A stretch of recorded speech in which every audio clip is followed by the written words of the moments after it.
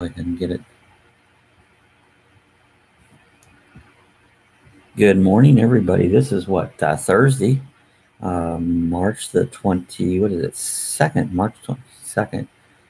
March is almost over. You know, it's who went this month went by really fast, and it's cold here again. My gosh, will this winter ever let go? I know up north, Sue's sister's up in Maryland, and she showed a picture. They had like what 3-4 inches of snow, maybe more.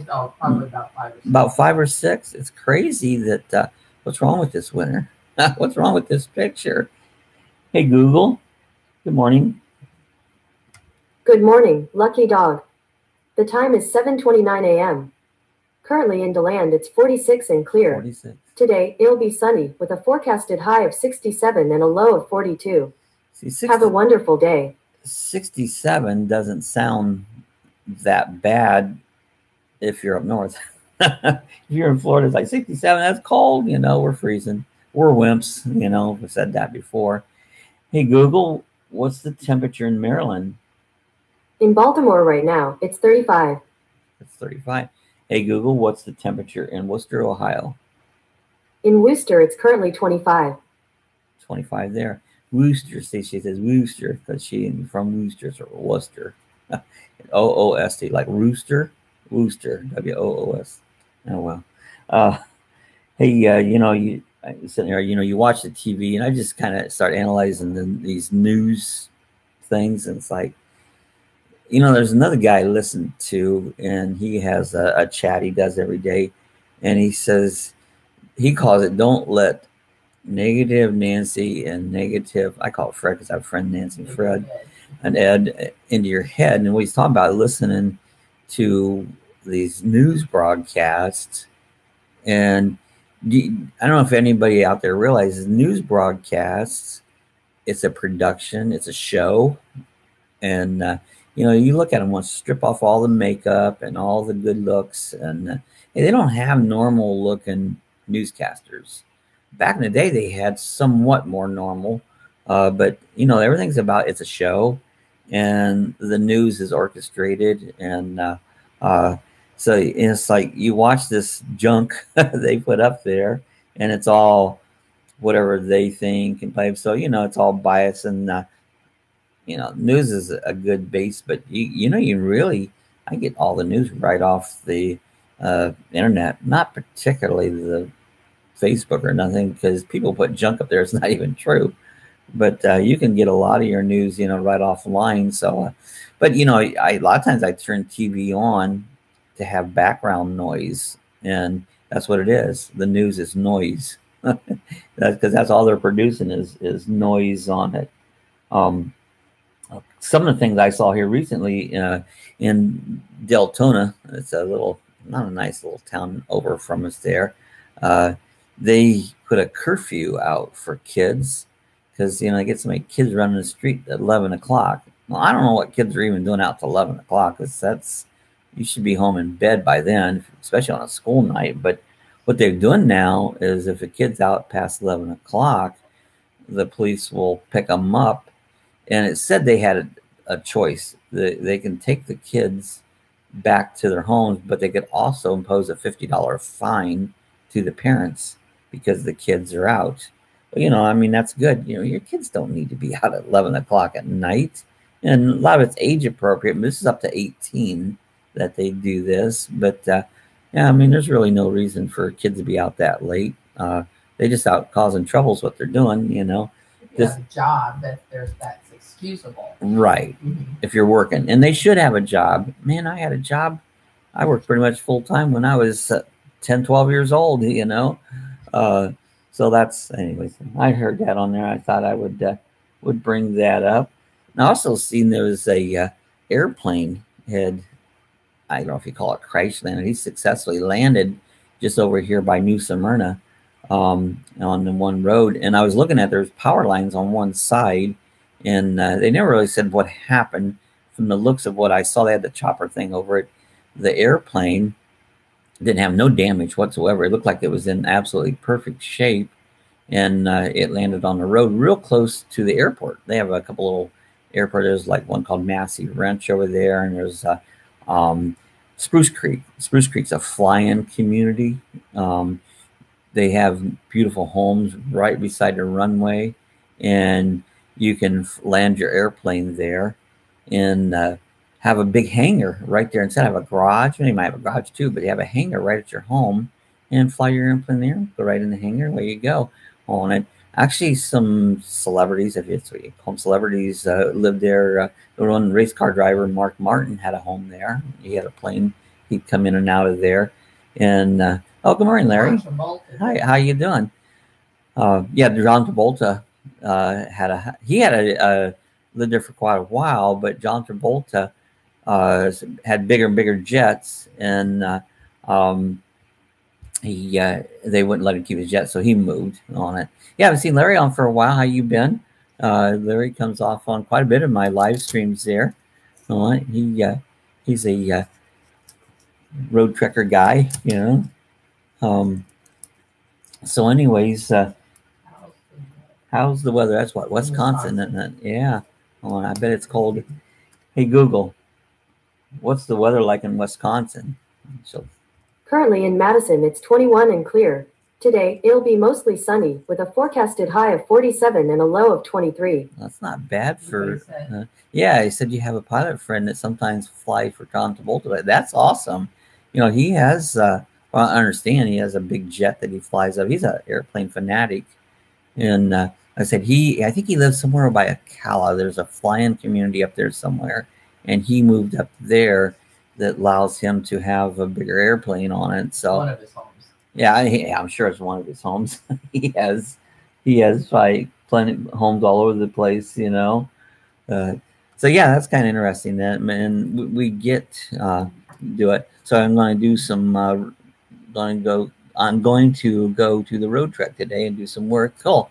I need to do it. Well, actually, I need to do a little bit of body work on mine. And one corner's getting some rust on it, needs to be cleaned, but I think I have to leave that to the body shop on it. And speaking of Roadtrek and campers, I just saw this little article came up on Facebook. I have all these groups, camping groups I belong to, and read stuff. But one guy says, "Hey, what about boondocking in a cemetery?" I don't know about that, you know. Oh, 5 more working days. Wow, that is awesome. Man, 5 days to freedom. Look at that. Anyways, guy was talking about what about boondocking in the cemetery? Well, I don't, you know, I told this story. In fact, I told it yesterday. We was talking about ghosts and stuff, and how me and my brother took our little pump tent, and actually me and brother and another kid took our pump tent and camped overnight in the cemetery. We were kids. We didn't really know any better, you know. Maybe we did, but we were still kids. But yeah, I don't know that it would be really proper. I don't know that it would hurt anything to boondock in a cemetery, but out of respect. Oh, Sue said I'd do it. Yeah, on the road. Yeah. I mean, it actually wouldn't hurt anything. And I don't know about even respect. I don't know if we would I don't know. That's Not a tricky. on the grave. Yeah, no, you wouldn't do it right on the grave or nothing. But that's a little tricky. I don't think it's something I would recommend that's where you want to boondock is in the cemetery, you know. Hey, you know, if really, I mean, think about this scenario.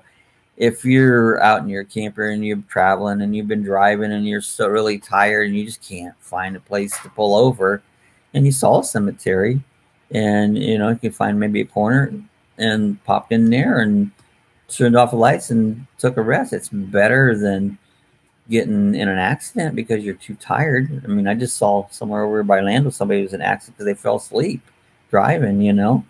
Yeah, there's people in the cemetery who would like the company, you know. It's like, hey, good morning, you know, how y'all doing? Now, if they came up and you're knocking at your door at night, that might be a little weird. Well, you know, that's back to yesterday's live stream. Who is it? You know, yesterday we were talking about ghosts and stuff there. So back to it. You believe in a ghost? Well, if you're going to find a ghost, cemetery might be a place where they'd be hanging out. Yeah, you know, it is fun looking at gravestones. You know, we used to do that all the time. And if you just want to have fun, go look at dates and you can find all kinds of information about things just by looking at a gravestone. Sue does genealogy, and she gets on one site. It's called Find a Grave. And if you've never been on that site, just try findagrave.com. You can find, relatives, all kinds of information about people through cemeteries. She was, I don't know what you was looking. I used to live right behind a funeral home in Shreve, Ohio, and Sue was looking for something. She called. His name is Sheldon. He known him real well, and he was going to find something for you. And he still hasn't. He still hasn't got back to her yet. Fire under him. Yeah, like in the mortuary. He kind of manages the local cemetery. Yeah, that would be a cremation. But he kind of manages the local cemetery up there, and she was looking for something, and she said maybe she could take a picture, but he gets busy, so on. But yeah, I mean, in cemetery you can get a lot of genealogy, and it's a good place to boondock. Well, maybe actually boondocking, they get restrictive in places. The main thing, if someone comes in and boondocks and leaves it as well or better than they found it, I don't think it hurts the thing. There's some issues you have to be concerned with about, if you're in a populated area, not running your generator, maybe, if you're in a busy, noisy area, generator shouldn't make any difference. There's a little area right down the street here. It's like I guess it's a hiking trail and a small park. There's nobody there ever, but I'll see cars there now and then. But I don't know if you would be allowed to or not allowed to just boondock there. I don't know what it would hurt. We should try it. I don't think so. When I got a nice place here at home, I don't have to. Now myself with boondocking, I don't think I'd be good at going out and boondocking because, for one, I don't want to be pounding on the door in the middle of the night. Say, hey, you can't stay here. You got to leave, and then try to find another place to stay. I'm kind of anal about that. I like things scheduled. It's like I like to know where I'm going to be, and that's just me. I'm not that adventurous type on it. I like to have all my eggs in the basket and that. So Larry says, I've only had the Roadtrek for 1 year, and over the last year we went on 11 weekends and 3 day trips, and most of it was boondocking. Yeah. Well, I used to have a Winnebago. See, my RV's never been plugged into AC. That's cool. The only time we've generally been plugging it into AC is when we're home. I just plug it in AC to. I can use the solar, but I just let the AC take care of it. But I used to have a Winnebago. It was a Class A. It was 30 foot, and I had it for several years. And when I was out on the road, the only time I can ever remember staying at a campground was one year I came down here. I was living in Ohio at the time, but I'd come, in fact, right to this area here. I'd come down to the races, and I followed sprint car racing and that around. And I was here like 3 weeks that year. That was in 1990. And I stayed at the camp at the racetracks, except for one time we went to Disney for a while, and I did stay. I don't know if it was just one night or 2 nights over at a KOA in Orlando. So it was very rarely that I ever stayed at campground. And we went over to Tampa that year, and there was a racetrack over there, East Bay Speedway, and we stayed over there for a week. We stayed a couple weeks here in Volusia County at the Volusia County Speedway. But, that's what we did. Rarely did we ever pay a campground. But these racetracks, back then it was free. You just get done the races, go back, camp. And usually this was like speed weeks. There'd be a race every night for like 3, 4, 5 days. But now the racetracks want to charge you, and you get nothing. But the ability to park in their parking lot. As we used to Roadtrek or we used to boondock all the time when we had the Winnebago on it. So, and now we've done that. We went to, this year we went to this FPV meet. It's a first person view. It's a radio control, flying drones and planes and that. And we went over this year. We took the Roadtrek, but last year we stayed 4 days and camped there the whole time. There was no hookups there or nothing, on it. We did fine. We had the generator, we had solar, and it was no problem at all there. So, we've done some boondocking. In fact, probably done more boondocking than we've done other camping. We've went to up here, Flagler. Went to the campground. Mine went blank the name of the campground. Sue won't help me. And which one?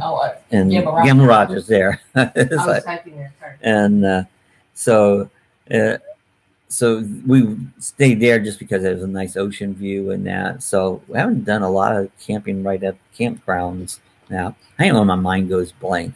You know something. We were been talking about this yesterday. You know something, and it's right there, and you can't get it to come from the brain to the mouth, or like, I know this, I can't think of it. We were actually talking about dementia and Alzheimer's. A lot of people get. My mom had that. Sue's sister's having a little issues. We wasn't sure if she had, what's going on, if she's getting signs of dementia or just having another issue. So I think everybody does that. You're trying to think of something, and you know it, but it just won't come to you. It's crazy. And I've had this. Sue said she thinks she gets it more now. She's gotten a little older, but I've been that way all my life. I don't remember nothing. So like I said, we went to state park campgrounds for the 11 weekends last summer, none with hookups. Yeah, and a lot of the states, they don't have the hookups. Ocala up here, I think the forests, you can camp up there. I don't know if they charge or not, but most of that doesn't have any hookups that you can get. And I say, and really, in reality, you don't always need that. The only thing you need time once in a while, you need to dump your tank somewhere. You'll need that off and on, and they're available. You can find places to dump. We dump right here at home. I have a thing that I've hooked my hose up, and it goes right into our septic tank, and we just dump here every so often right at the house, and so that hasn't been an issue. Now, if he's on the road for an extended period of time, you're going to find a place to dump, and they're out there. Some of these, Flying J, or some of these truck stops have dumps in. Yeah. They'll have some different dump stations and stuff. So they're out there when you're on the road. You can stop at a campground. A lot of times they'll want to charge you to dump there at the campgrounds, and so they're out there on it. Well, I want to give my pitch for leaving. If anybody, a lot of people watch the stream afterwards, and if you do, you leave a comment down below, something you want to talk about. Even if you're not on live, we can still talk about anything that you have in mind. Just leave it in the comment section. And anytime if you don't see the comment section come up, I've had this happen a couple times, but you can always leave an email. The email is the number one Lucky Dawg Productions @gmail.com. So you can leave your comments on an email, or just in the comment section below on it. My email is listed in my description down below there. So yes, Larry also said we had to learn about dumping while we're in our second month. The first trip this year. Yeah, dumping's. I have a video on dumping. If you look in my Roadtrek section, you'll see one of them. I did a video on dumping your tanks on it. It's really, once you've done it, it's pretty quick. I can do it right here because I set my home, but I do it. It only takes 10-15 minutes to dump my tank, going through the whole process on it. So anyways, again, we're going to go ahead and get out of here for today. It says about the park pass. Oh, the park pass. About the park pass. So, there are going to be 9 national parks. Oh, that would be cool. National parks are a good way to go.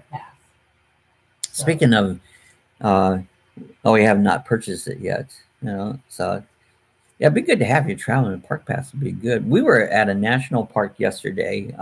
It was still uploading when I started this live stream, but we are at Lake Woodruff National Refuge, and it's and it has a lot of what do you want to call it, streams and stuff in it. Yeah, It's not streams, canals, Now, yeah. you know, and it branches off the St. Johns River, and there's birds and alligators. And my goal yesterday was to see a big alligator. I've seen them before out there, and so it was kind of, I mean, it was very windy and cold yesterday, but I really got a great video. We shot it all in 4K, and walking around, I was starting to get disappointed. I hadn't seen the alligator. I was almost about a 2-mile walk around, and I was getting towards the end, and it's like I hadn't even seen any turtles or nothing. But we did go up in a tower there, and it was a full video. I got the whole thing. Like I said it was uploading when I got on here, but got right towards the end, and there was an alligator, a big alligator. It was, I'm guessing, at least 10 foot long, and he was just laying there on the bank, sunning himself there on it. So hey, if you get a chance to check out that video on, we saw a huge alligator at Did you put a Lake picture Woodruff. on your Lucky Dog channel too, or your Lucky Dog page, didn't you? No, I haven't didn't yet. put it on there? Not yet. Not until it's uploaded. You'll see it when it'll be up here shortly after I get done with this on it. But I put a picture on Facebook, but not. Yeah, that's what I mean. Yeah, I put one on Facebook. Yeah. I have the Lucky Dog group on Facebook, but on my YouTube channel, it won't show up until I post it, which should be shortly after the end of this chat, which is right about now. So, he saw gators when he lived in Tampa. Yeah, they're around here. Sue has yet to see one in the natural here. I've seen them, and she didn't see it yesterday because she can't walk that far, and she hung back at the beginning of the trail, and so she didn't get to see this one yesterday either. But she will one of these days. I've seen a lot of gators, but I've been here 20 years on it. So, all right, we're going to get out of here. I'm going to again remind you, leave comments below, anything you'd like to chat about. I love to have comments. Had quite a few yesterday, so leave your comments. We'll talk about them. If you're not at the live stream, we'll talk about them tomorrow. You know, this will be on afterwards.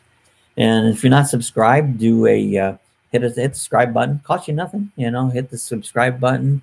Give us a thumbs up, like, share this video, share all my videos with everybody. You know, we try to talk about all kinds of subjects. So everybody have a good Thursday, and we'll see you guys all again tomorrow. Good seeing you again, Larry.